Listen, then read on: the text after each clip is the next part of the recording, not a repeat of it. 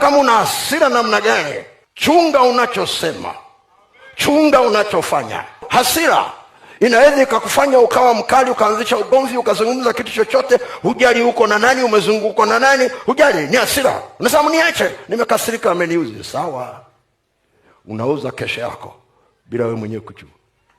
Huo ugomvi na hiyo hasira, thamani yake ni kubwa kiasi gani unataka kubadilishana na kesho yako? Kesho yako ni kubwa, ndio maana inawindwa. Kesho yako ni kubwa, inategemewa na watu wengi. Unajua maana yake nini? Maana yake ni kwamba ukiwa na hasira hujui cha kufanya, chochote kitakachokuja.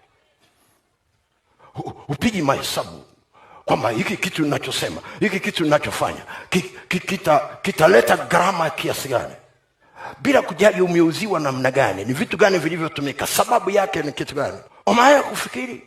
Mtu anapata hasira, kesho anaandika barua ya kuacha kazi. Hasira ikiisha, anaanza kufikiri, anaenda kwenye kikundi cha maombi. Tuombe. Tuombe nini? Wanirudishie kazi. Walikufukuza? Hapana, mimi niliandika. Sasa kwa nini uliacha? Bwana, mimi sijui tu, walinikasirisha.